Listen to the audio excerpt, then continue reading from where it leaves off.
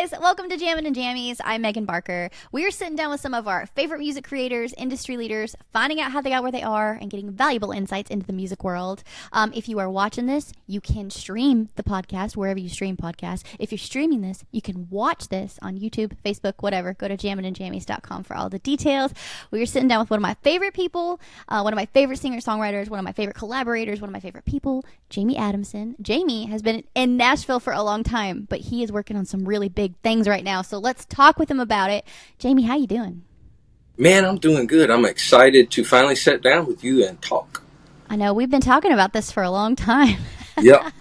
Been a minute. Well, it's listen, always when we're sitting on stage. We need to do this. We need to do this. It's like, yeah, we do. Yeah. One of these days. Yeah. And that day is now. So I want to talk about everything that you have going on, but I would rather start at the very beginning. Tell everyone where you're from and how you got into music. Man, I am from a little bitty town, South Alabama. It's called Axis, A-X-I-S, Alabama. And I guess it was just going to be in me to start. My grandpa was a musician. I finally just got one of my grandpa's guitars here recently. That was kind of awesome. Yeah. But started out in church, man, like a lot of people. Growing up in church, singing. My mama sang. My grandpa played, sang. My grandma played and sang. Uncles and, my mom's family. And that was kind of where it stopped because none of the other grandkids took to it except me, really. And but I've just never quit. That's just what I am, I guess, as a singer to start with. And now I'm trying to be, like we was talking earlier, that songwriter, Chasing that gig's hard, and you know that. So, well, listen, you're not trying to be a songwriter. You are a born songwriter, my friend. Well, I appreciate that. You too, though. You too. I mean, it's Stop. Take a compliment. Don't deflect. Don't deflect. No. Hey, I mean, that's you're. I mean, I've been a fan of your songs. I remember seeing you at Banner Music sitting downstairs in the basement for the Taco Tuesday, and Ryan Larkin says, "Dude, that's Megan Barker. That's Megan Barker right there." And you know how he talks. I'm telling. No, I promise you. He said, "She's killer way. She's just a play," and he's doing this little, Are you serious? Wait, I've never heard this story. Yeah, no. See, I had drove up from Alabama. It was when I moved back to Alabama, and I came up and I was staying with Ryan for a couple of weeks. We was just writing. I was actually going to stay a week, and something happened to my car. I think it was. Now I realize it was just cold weather because it like snowed and got really bad. But we came to that Taco Tuesday thing, and it was so cool. Everybody's playing all their songs and going around passing guitar. So cool. And you came in with your cowboy hat, cowgirl. I mean, you was full on cowgirl Megan Barker. I was like, check this girl out. And Ryan's like, that's Megan Barker, man. That's Megan Barker. She's like, blah, blah, blah, blah. He's just like, we was behind you. You was sitting on a couch. Yeah, I remember that. And we was behind you, and I was like, "Hey, man!" And then I never dreamed we'd end up being friends someday, and sharing a stage together and writing songs. But that's been been cool. Man, I remember that. It was either a Taco Tuesday or the Margarita Monday. They used to do a couple things over at Banner. Yeah, and I'm so it might have grateful. been Margarita Monday. I don't know. It was some Mexican food involved or something. Yeah, was always they had T-shirts and Mexican something. They might, I still have my T-shirt. I went to a few of them. That was the thing, but I can't. Yeah, I still have my Banner T-shirt too. Yeah, I have it from that night. But shout out to Banner Music, man. I'm so glad that's where I met you guys, and I remember that day. I didn't know that you guys knew who I was at all, though. That's hilarious. Oh, Ryan did for sure. Ryan knows who everybody. I don't want to say this wrong. He knows everybody, but if you have done something epic, if you've written a crazy cool song. If you've won an award, if you've been somebody's manager in a music business, if you knew Willie Nelson, Ryan Larkins knows it. I don't know how this boy studies everything, though. It's crazy. But that's like 6 years. I think we've known each other, we met and have known each other since then, about 6 years maybe. Yeah, that's crazy. Well, I think Ryan probably knew me because I'd started Jammin and Jammies, and it was hopping that first year. Because it was right on Demumbrian, and so I'm sure that's where we had met. But yeah, those were the days. Man, I don't remember the 6 years. I can't believe it. But that was 2018. Wow. Yeah. Well, anyway, and then we ended up all three of us playing together too, though. So that was. I know. And 6 years later, gosh, and we're getting Getting kind of off topic, but not really. This is the origin story of how we met and everything that Ryan is doing. Man, it's crazy. And Nuts. you and I mean, we're all doing cool things, and it's just what a ride, isn't it? A ride. Yeah, definitely. It's such a ride. All right, well, take us into you were here in Nashville. You moved home. You came back. Tell everybody a little bit about that journey because a lot of people identify with that story. Well, I talk about it some, don't talk about it a lot, but I cut the end of this finger off. And it was just kind of laying off to the side. Oh, God. And me and Karen was living out in Charlotte, Tennessee at the time, had a studio in my house. I mean, it was just me and Ryan played every Sunday at church, basically, and I wrote all the time. That's just kind of what I did. I was really trying to learn how to write back then. Me and him was writing a lot together. And lopped the end of my finger off, and I just moved back home. I couldn't play, and it was like I really didn't know what to do. But moving back home seemed the right thing at the time. Me and Karen moved back home. She kind of changed her whole career path and went from being a respiratory therapist to an actual restaurant manager down on the water, like a seafood restaurant. She had never done anything like that in her life and became the manager and chef at this restaurant because she was good at it. But, and I mean, I had worked, I had a lot of stuff. I had a Chevrolet 4-wheel drive that was paid for. And after about 6 months in Fairhope trying to figure out what I was going to do, I decided to sell everything I had to kind of finance myself, just getting back to where I could play again. Yeah. And that took me a good, 2 years to where I felt like, and I was getting gigs just because I could sing. My playing was terrible. And it still ain't great, but man, to tell you, it was bad. I can't picture you being bad, Jamie. I can't. Yes. No, it was bad. I would just try so hard, and my hand would hurt, and my arm would hurt, and all these things, and I'd have to take, it was like, But then it's like, and even the doctor, doctor told me, he said at some point, he said it'll all just kind of, if you keep working, it'll all come back, and it did. And that's when I decided, I think I'm ready. And this is like right before COVID hit. 2019. I guess it was 2019. I want to say like May or June. Can't remember. I'm just throwing a month out there. Me and Karen moved back, buy an RV, park it behind Mama's house here, and Jamie's going to start songwriting. And I mean, everything was going great. Had my own little slot at Douglas Corner. We was all playing there, basically. It was just a great place. And everything was going good, and COVID hit. And then shut down. So, and it's like, that gave me, but then that, I think that was a good, that was a good year of just woodshedding for me. Yeah. And sitting here in the RV and playing, because I was still trying to get fingers back, and even though it was just one, it's all good. It's a loppy, weird looking end of a finger, but the surgeons at Vanderbilt, the scar comes up like right here, and there's one like right over here on this side. So I'm trying to point and do that, but they sewed it back on. And believe it or not, one of my doctors that day, his name was Elvis. Stop it! No lie, Karen. That's wild. His name was Elvis. He was cool as he could be too, man. He was just super cool. But wow. But and that was my journey from leaving and coming back. Yeah. All right. So, and everyone's got some sort of story of perseverance when they come to Nashville. So that's a little bit of yours. Yeah. So take us into then more recently, and how did the CMG stuff come about? Tell us all this exciting stuff that you're doing now. CMG, going back to Douglas Corner, man.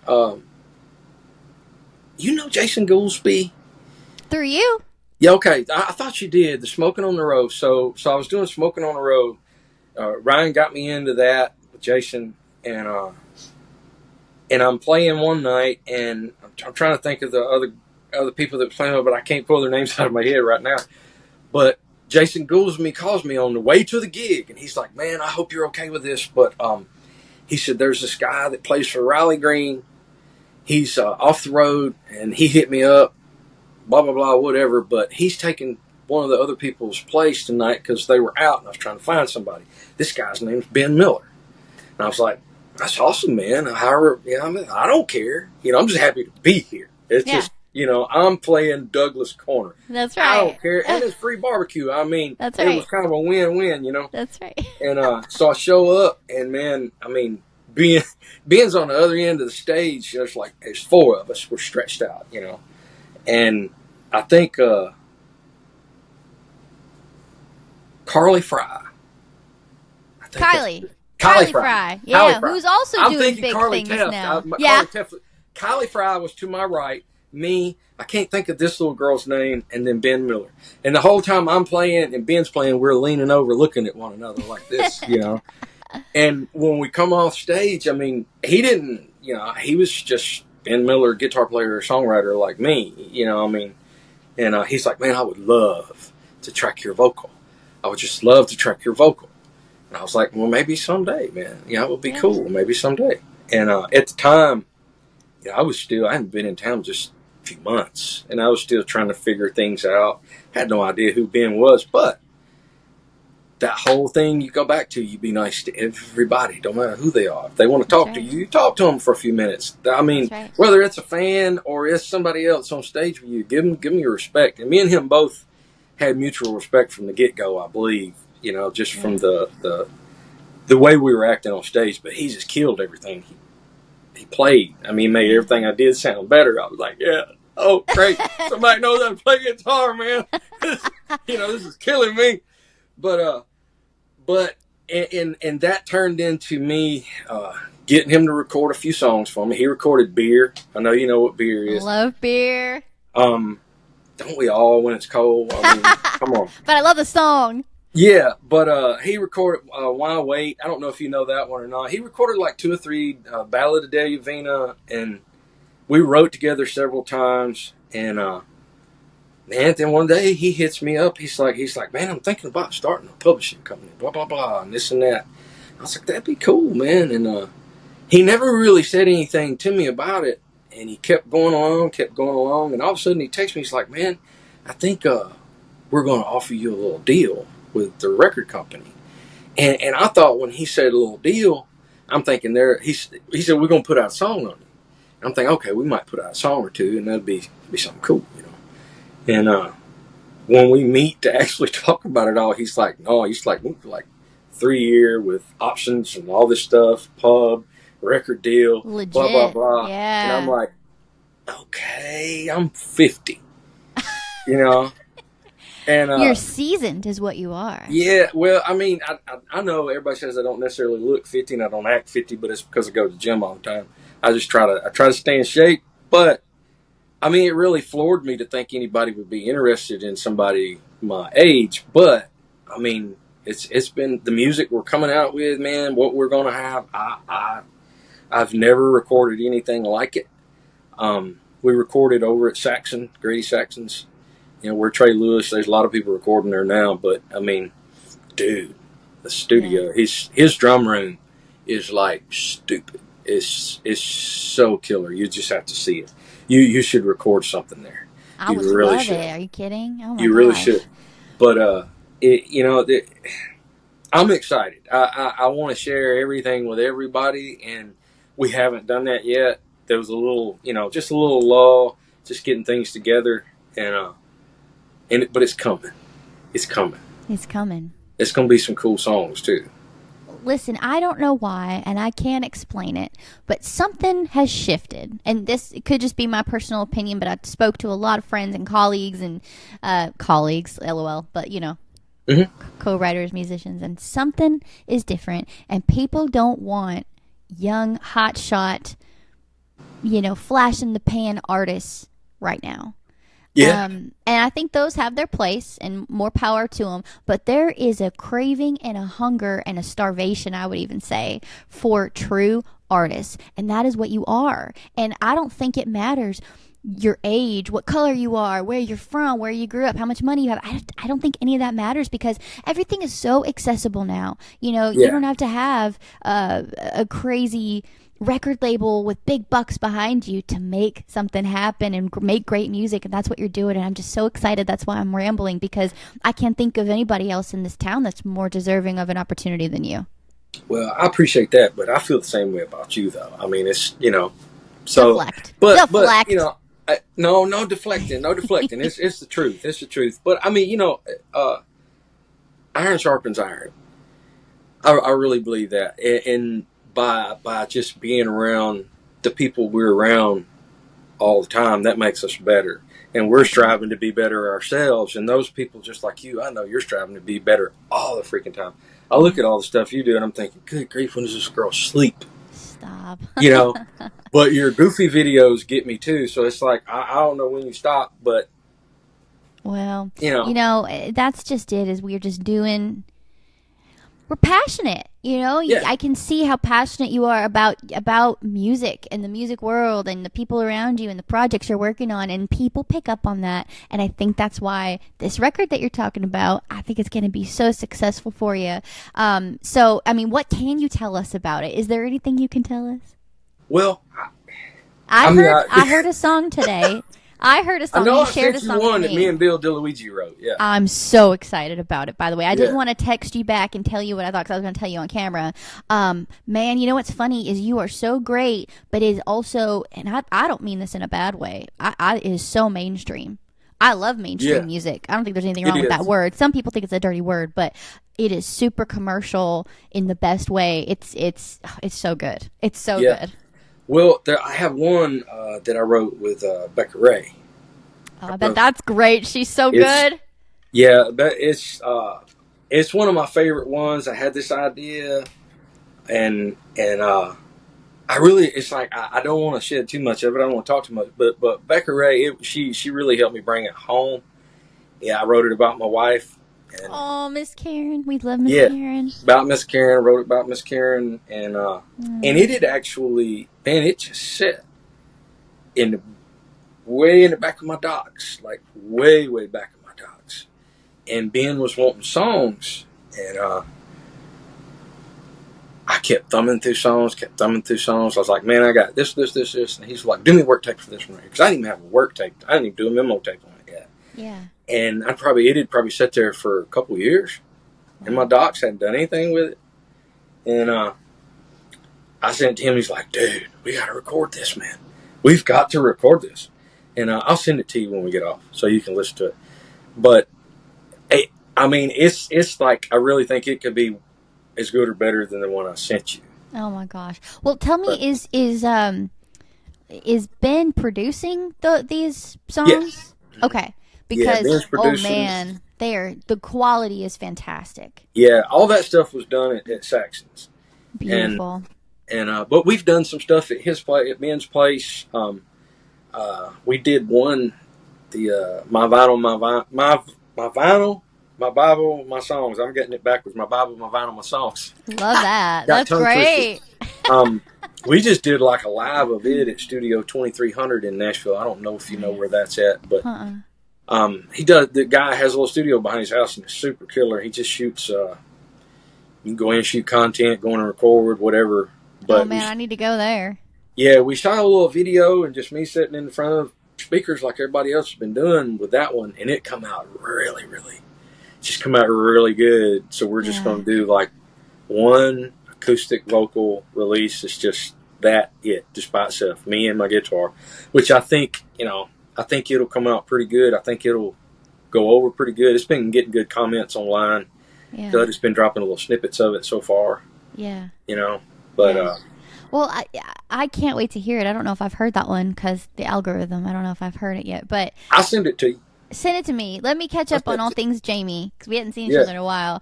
Can you talk to me about content creation? Because you've been doing this music thing a long time, and having to be a content creator is a new aspect of being an artist. Can you just talk to me about that? The good, the bad, the ugly, however you're feeling about it. Well, I mean, I love it. I love shooting videos. I love little short films. I love all kinds of stuff like that. I've done little bitty things off and on myself, just messing with video. I mean, for a long time. Me and my dad was even talking about it last night because I get this from my dad. I love to video and I love to take pictures. My dad was one of the first ones when VHS cameras come out. He had one of them that had the big handle on top of it, you know. You walk down the street with it. Yeah. I mean, he had that. He was one of the first guys got a little small cassette player where he would hit record and record everybody secretly. He'd slip it under his chair I at love family it. functions and stuff, you know. Someone's got to do it. Yeah, so all that stuff to me, it's just all that coming to life. Yeah. You know, the things my dad did like that, if I could have had video of that and proof of it, man, I'm thinking, you know, how valuable would that be to me? So, I mean, someday all the stuff that I put online, you know, nobody might not be watching it just right now that big, but someday somebody will, you know, and there's history in it to me. I just dig it. It's like a digital scrapbook.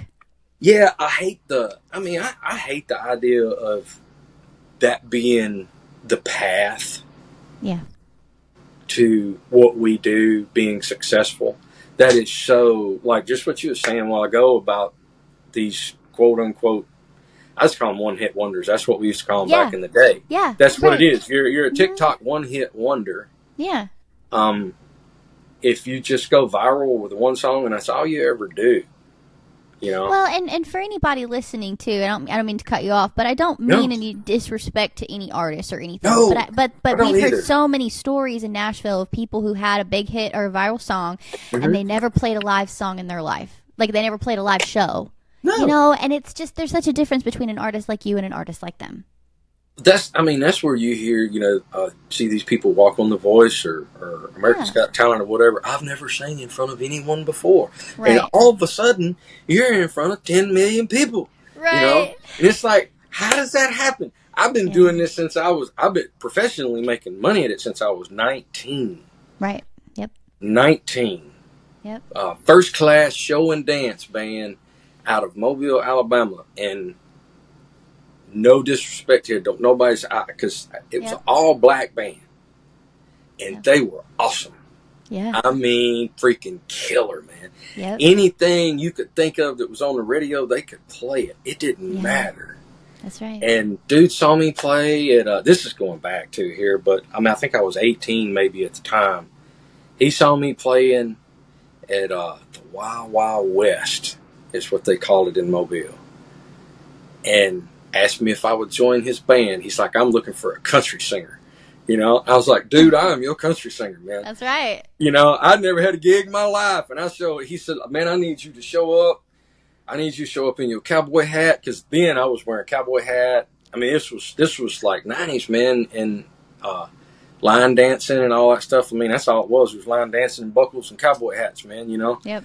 And first class show and dance, man. I was his country guy. He'd bring me up about middle of the set, and I'd do George Strait and Garth Brooks, and I mean, and they would just. This is not like a 4-piece band. They got horns. This was oh like my gosh. Yeah, this was a huge band, man. Behind, and I'd come up and do like 3 or 4 country songs, and didn't matter. I mean, and they'd go nuts, and then they'd go back to the top 40, you know, playing their dance music. But see, like those are training wheels, aren't they? Yeah, man. And that's why you don't say no to people. That's right. And stuff like that. I mean, I should rephrase that. Don't say no if you're scared to do something like that. Don't be scared. Yeah. To get up in front of everybody, man. I'm sure there was times even then I screwed stuff up, and I screw stuff up now still every Saturday. I mean, it's without fail. But you sit and play for 4 hours, you're gonna screw something up. That's right. Yeah. You know, I mean, so, but it's like, But it's good for you, by the way. People are so scared nowadays to do something silly or make a mistake, and like that's how you grow. Yeah. That being silly and making mistakes and. Well, also too, like I don't ever want to be the best person in the room. You know, I always want to play with people that I think are better than me, like you, and you should always strive to make mistakes. I think. Yeah, mistakes are good. Mistakes, you know, they are good, but it's like that not being scared though, man. You can't be scared at all. Yeah. You just got to jump. You know, that's. I got a song that we ain't cut it yet, but I feel like it's going to be on this album. But it's called "I'm Gonna Jump." Oh, I love that. And I love that. really think I think it's super cool too, but nobody's heard it. Oh my God! Now I want to hear it even more. Oh my Nobody's God! heard. It's like smoking hot Wi-Fi. I don't think nobody's really heard that. There's like snippets online. Between It's Over and Over You, a lot of people have heard that because I have played that. I mean, I played it at the last Jammin and Jammies I did for you because Bill was there. But there's a bunch of them on there ain't nobody heard. That's exciting. Yeah. I mean, have you made a full length record before? Back in the day, I think I did one that was like 9, and then I did another one that was like 10. I did a little gospel album that had like 6 or 7 songs on it, and it's always been a little group of songs or something, but never ever like ever, this ever, to this ever. degree. Yeah, it's a whole different game. I mean, people. So I mean, just to say something about CMG, people might think small label because it's new and what it is, but the talent's not small. I don't think, and I'm not fluffing my feathers. No, Ben Miller is he's been the only person that's ever heard me in a studio and been able to find me, like my voice. And you know what I'm talking about. I do. You can go in the studio with people and they can have all the equipment. I got some expensive stuff up here I bought, and I still ain't figured out half of it. It's like if you don't know how to use the tool, don't do you no good. You can have a really nice shovel, but if you ain't got no boots, you ain't gonna shove that thing in the ground very far. You know what I mean? I love that. Yeah. Yeah. So it's like Ben's like that shovel with a boot. I mean, he's got it, and he's just and he's digging, and he's finding like me in the songs that I've already wrote, which I really love the fact that he listens to me. But it's not a small label. I know he's been calling it an indie label. I've heard people call it indie labels. I've heard this.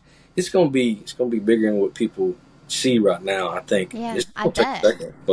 Well, listen, there's only like 3 major labels anymore, really, because they're all in with each other. So you know what? Well, Sony's swallowing everybody up. And so is Warner and Universal. Like everybody's like in together. So you know what? It's going to have to be more things like CMG if we're going to move forward and have labels still. Because, this is just the new way. So I'm super excited. And also, a lot of people get offered contracts and, I'm going to do this for you. I'm going to do that. And it's amazing that you found someone who believes in you and gets you. Like, let's just talk about how rare that is for a second because, dang, you've been at this a long time and you're saying no one's ever captured me. I mean, that must feel amazing. It does. And I mean, Ben stood in Corner Music parking lot yesterday. It's like, we're going to put out more of this content. We're going to keep shoving this out because I believe in you and I want other people to believe in you. And it feels great to have somebody tell you that. Almost make me cry.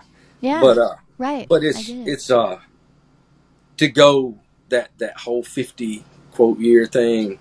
And that's like, the first time, like in the business, I've had people take me to the labels. I had people take me to the labels in the 90s, and like Sony even messaged back like he's great, but not what we're looking for. Blah blah blah. This kind of stuff, and you get that. But and that's when I was like, screw Nashville. I won't die here. I had my band going, and I hit the road, man. I left. And I ended up playing casinos for several years just because the money was so good. Yeah. And that was when everybody started blowing up in Nashville, and I wasn't here. Yeah. I was on the road. But what I learned on the road, I never learned here. That's right. That's the whole thing. It's like, you can look back and you can think all these things, but, I mean, I got to play with some killer people, man, on the road. I met Steve Cropper. I don't know if you know who that is. But of course. Yeah, I mean, he played my guitar. He come up on stage, hung out with us. I mean, it's like, and I know I play like heavy strings, real low, step and a half down. I did then too, with the heavy strings and everything. And he's like, damn, man, what size strings you got on this guitar? That's the only thing I can remember that Steve Cropper said to me. What kind of strings you got on this guitar, man? Because he was having to work to bend them, But yeah, I mean, stuff like that would have probably never happened here in town. It's incredible. And the hardest thing, tell me if you agree with this, but I think the hardest thing, you've been doing this longer than me, but the hardest thing to like come to terms with is that your story is different, right? Because we see, especially with social media, we see people, and like you said, you saw people blowing up, but you weren't here, right? Mm-hmm. That must have been a hard pill to swallow. It's like I don't, well, yeah, it was. Because at the time, I mean, when I was here and like in town every day and trying to push, I was working with a guy named Dick McVeigh, and R.I.P. man, he just passed away like last year, and just couldn't get anywhere, just couldn't crack a door open, you know, and so it seemed like making money was the best thing to do, and I got a booking agent with Red Ridge Booking Agency, and man, I just hit the road and started playing. I thought, well, maybe this is where I need to be, so that's where I was. It is where you needed to be, by the way, because you wouldn't be here today. No, I wouldn't. I mean, I wouldn't. I wouldn't have the voice I have today. I don't think, because I learned so much on the road, man. Yeah. So much teeth cutting. You know, I mean, nights were. See, we did 6 nights a row at Horseshoe. Yeah. Like we'd start like the first 4 nights was 4 hours. Friday night was 5. Saturday night would be 5.5 sometimes. Wow. Like straight through. Have Sunday off, go right back to it. You know. And there was nights, man. I would literally take a BC and a Gatorade between each set to keep my throat from hurting. Yeah. That's how much it was just a job, you know. Yeah. And I've seen people do that here in town, and I see people do it still. It's like George Singleton, man, he gets on my nerves, makes me so mad. I love him to death, but he'll double book himself on purpose. Yeah. And he'll do 3 or 4 hours downtown, then he'll come do 3 hours at the Palace or something. Mm-mm. And he'll do that 2 or 3 nights in a row sometimes. It's like, man, that's going to catch up with you one day, man. I don't care how strong you are. You know, and because I've been there. I've had the vocal spasms, and, you know, where your vocal cords just slam shut when you're singing because they don't want to move no more. You know? You're abusing them. Yeah, and but through all of that wildness and goofiness and doing all the stuff I did, I was able to find my voice, and then Ben found it. Yeah, and so that was kind of cool. You know, I mean, that's a really cool thing about it. The voice I have now isn't necessarily the voice I left town with when I cut my finger off. Sure. It's different. And, you know, not deflecting here again, but like being around you, being around George, which I've wrote with Ryan since Ryan was like 14, maybe. That's crazy. Something like that. Yeah. I mean, the story of me meeting him is a cool story too, but you know, it's just all of these different people I'm around, all the different songwriters, the co-writers, and everything. It just shapes you, man. The more these 4 years here, these last 4 years in town, has shaped me more than the previous 20. Yeah, you know, I truly believe that. I do too, and I saw an interview with Vince Gill recently, and he was saying, and I don't know how old Vince Gill is. He's in his 60s, I'm pretty sure. Probably something like that. Yeah, and he has a new record coming out, and he was like, "Man, I don't think I've ever sang better in my life. I hope people listen to this and they hear that." But it's crazy, these time constrictions that we've put on things, like if you're over 30, sorry, what? That's insane. You're just now getting good at what you're doing. So I hope you continue to grow your voice and your guitar playing and your songwriting. Keep going. There's no limitations.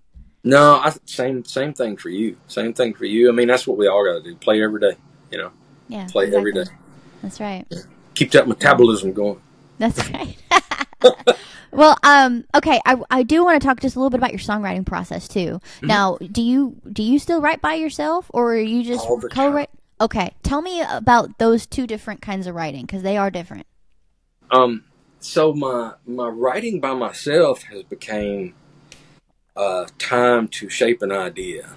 Is one of the things I've been doing with that a lot. Like, if I have an idea, I go to the gym, I get on the treadmill, with not these earbuds, but I pop my earbuds in, and it's scrolling through work tape full ideas, memos, and if I find something that I think, either I want to write this or this could be a good idea to shape, I'll spend time just shaping ideas.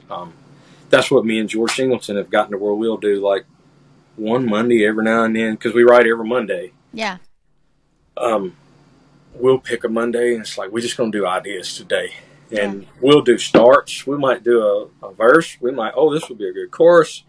And we just line them all up. And then when we sit down with a third person, we got plenty of stuff to say. We got this, and this sounds really good. That's so cool, because I feel bad when I don't finish something. And obviously that happens a lot, but I'll start something late at night by myself, and then I feel bad. I kick myself that I don't finish it. But you're saying you almost don't finish it kind of as an exercise. You're just starting it to bring it to other people. I do a lot of starts that way. And occasionally, like the other day, one slipped through that I wrote. Let's see. I can't. It's like names and ideas slip my mind at different times. Let me find it. Oh, me too. I'm also glad to hear that I'm not the only person. I feel kind of vain sometimes when I'm at the gym. I listen to work tapes or demos, and I'm like, why are you sitting here listening to yourself while you're working out? But you know what? I don't know. There's something about being active, and my mind is cooking. Man, when I get to that point, my blood's pumping. Yeah. Because I'm on the treadmill and I'm moving, and man, they'll just start. That's it's right. Just like and an hour will go. Like, yeah, and it's like firing. Gone. The neurons or whatever are firing. Yeah. And I had to pull my docs up. It's crazy how I can't remember certain things. I always want me to open YouTube on my phone, so never mind. That'll kick us off if you want to do that. Shoot. But yeah, I was just gonna show you like a couple of them. But I still love to write by myself though, simply because when you get done with it, it's like that's my baby. That's right. I don't care if anybody don't like it. It don't matter. Y'all don't have to like it. That's the real Jamie. This Jamie's baby right here. Hey, is there going to be any songs you wrote by yourself on this album? Mm-hmm. Hell yeah. Love that. Love that. Yep, definitely. Well, and that's extra. That's the thing I think about, with being too, because, everybody's like, you need this co-write. Everybody wants to co-write with the co-writers and I get it, you use, that's a little bit of the ladder stepping, Yeah. But I still say put something out yourself that shows you 100%. Well, and that also makes me like Ben even more, too. Like, I just love this guy. I don't even know Ben, but I love him because a lot of people that come along and they say they believe in you and they're going to do all this stuff for you, but they want to change you. And he doesn't want to change you. He wants you. He's nothing about me. Yeah.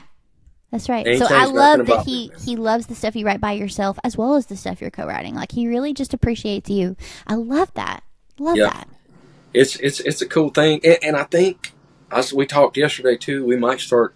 It's all idea phase right now, but he's wanting to do like short film, like little short films of the guy that took till his 50s to get a record deal. I love that. So I don't know, Jamie, I got chills. Yeah, I think it could be cool. Just that whole journey. Little short films. We talked about it yesterday. You're the first person I ain't even said anything. Karen will hear this probably and go, why don't you tell me that? Because I'll forget when I get off here.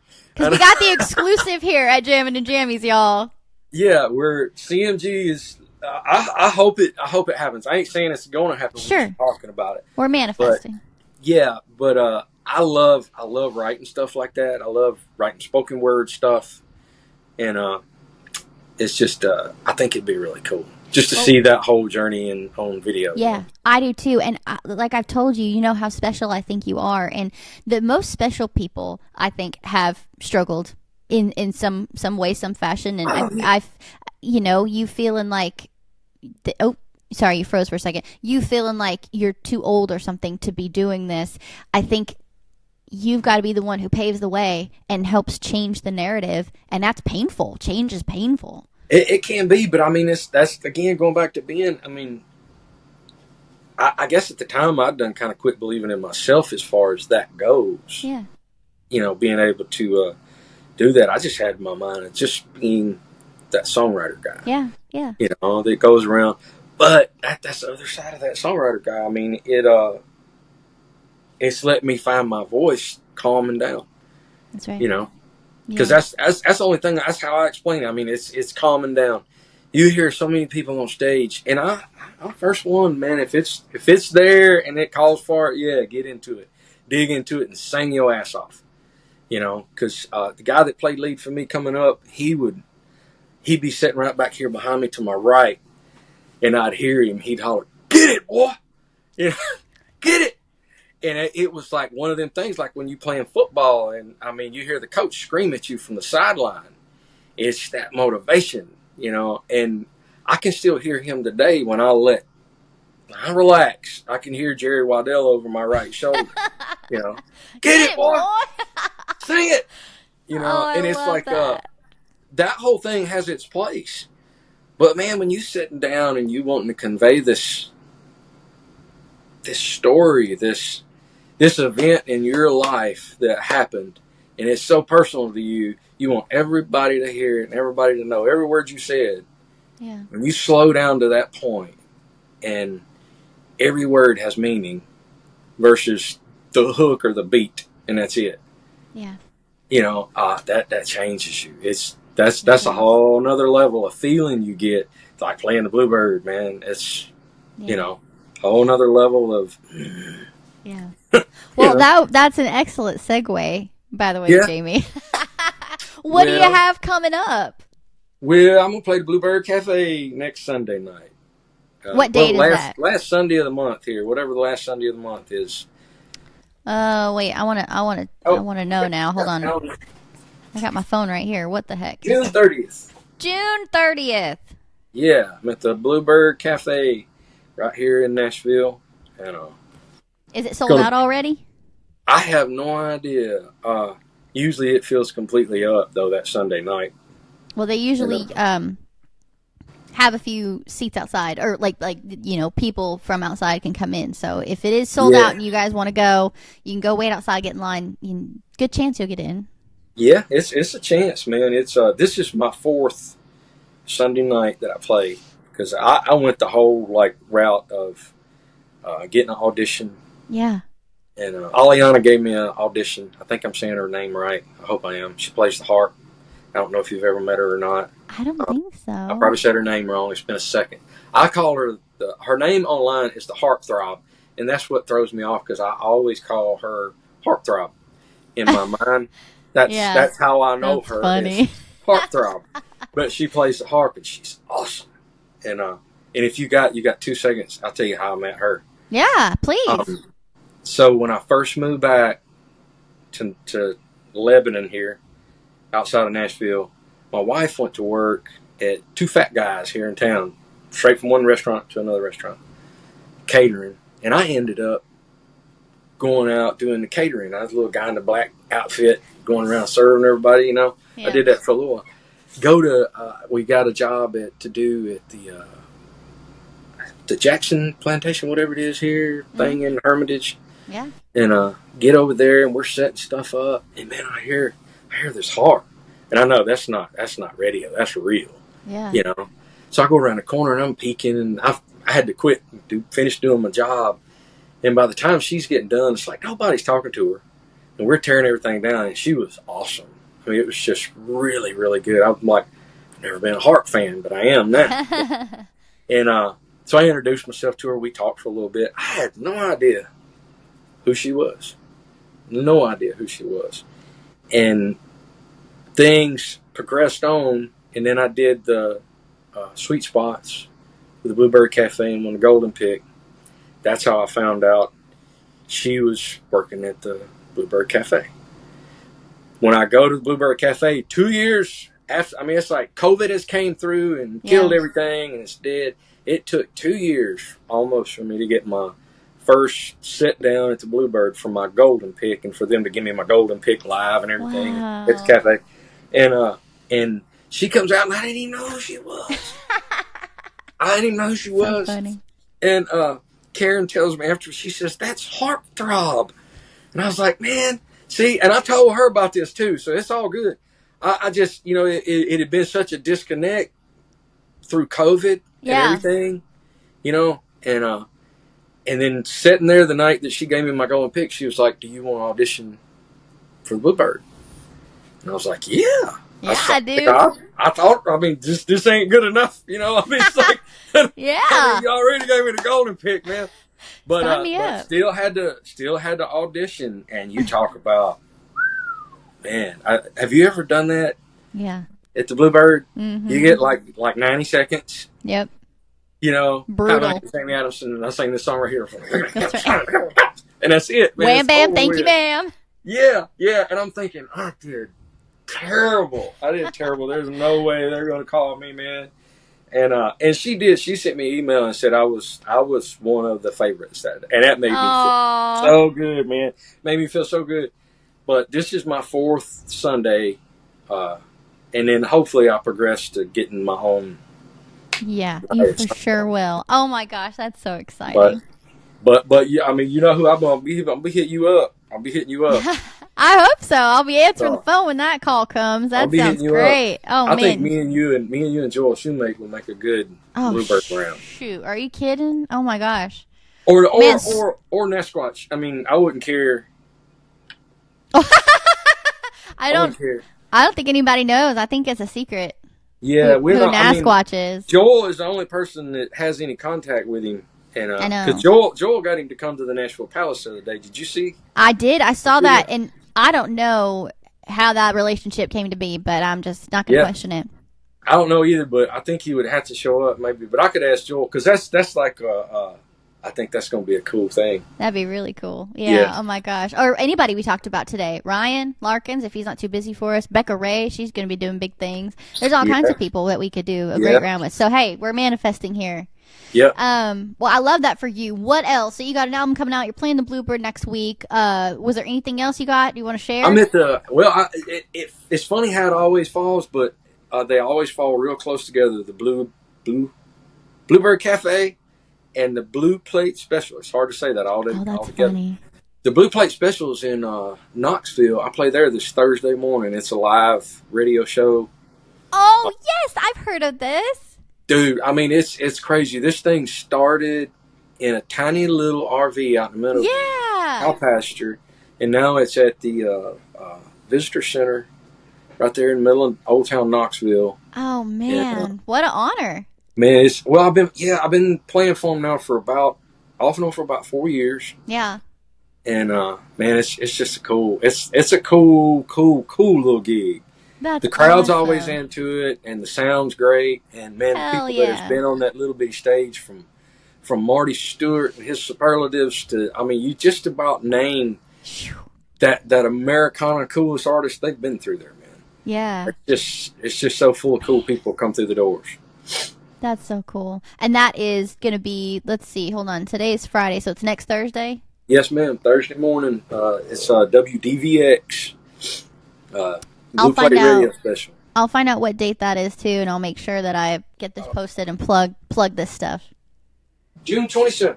June 27th. All right, thank you. June 27th. I'm terrible about that. I am, too. I don't even know what day it is most of the time. But I'd have to get up and look to tell you what today's day is. I know. I don't know. I can't believe, I think June's almost over. I can't even believe it. It feels like, I don't know, May kind of disappeared, too, so I don't even know. But man, I think that's that songwriter mind is what it is, though. Oh, gosh. I hope so. I don't know what else it'd be. But, man, I think we covered so much today. I feel like we could talk all day, but I don't want to keep you. You're man, good. I loved just like sharing your origin story with everybody and just all about your music and everything you have coming up, man. I'm really excited about this like documentary idea that y'all are kicking around. Just tell him. I think it'd be kind of cool. Yeah, well, you follow the Young Fables, don't you? I know who you're talking about. I've met them, I think, once. Maybe they played Grinder House Coffee. They're from the Knoxville area originally. They live in Nashville, but they're up there a lot too. Anyway, they had a documentary that they've been working on the last few years, and it like went to festivals and has won awards now. So I think people like that stuff. So people want to know the background, man. They just want just like all the stuff you're talking about. They want to know where you come from, what you've done, and why it was so damn hard to do it. That's right. You know? Well, it makes them feel better about their lives because you know what? We're all doing hard shit. So yeah. I mean, it's just that's life. It's life. Well, I'm just so happy for you, truly. I'm such a fan. Anything I can do to help facilitate any of it, the album, documentary, whatever, just call on me. You got a friend. I love you. Thanks for doing this and sharing your Same story. here, and shoot me some dates so we can write. That would help me a lot. Yes, we need to write more. It's been a while. Yep. All right, y'all, go check out Jamie Adams. And Jamie, real quick, what's your Instagram and your TikTok? Jamie A. It's like Jamie _A_ music at Instagram, and We'll put I it think on there. I think it's just Jamie A.